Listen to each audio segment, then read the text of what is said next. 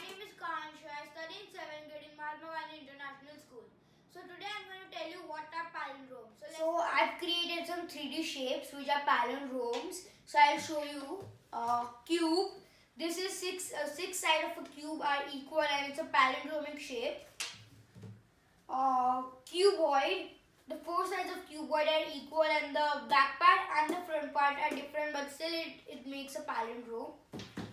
And pyramid, the three sides of pyramids are equal and the lower part is larger than the other three. So still it's a palindrome. What are palindromes? Palindromes are shapes, words, phrases, structures, painting, drawings, numbers, which are same if you see it forward or backward. Actually, palindrome has no use in language. It is a form of art and you can find them everywhere, also in nature.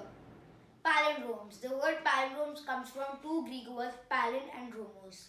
Palin means back and dromos means running. So palindromos means running back.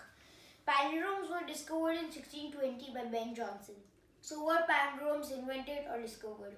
As I mentioned earlier, palindromes were discovered because they already exist. We just found them. Why were palindromes discovered? There is no concrete reason behind the discovery of palindromes. We don't know that why were they discovered and create an impact. According to me, they haven't created a huge impact on the language that you speak, write and read.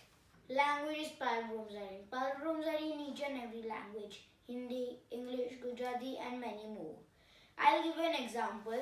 Naman. This is a palindromic word in Hindi. Malayalam. This is a palindromic word.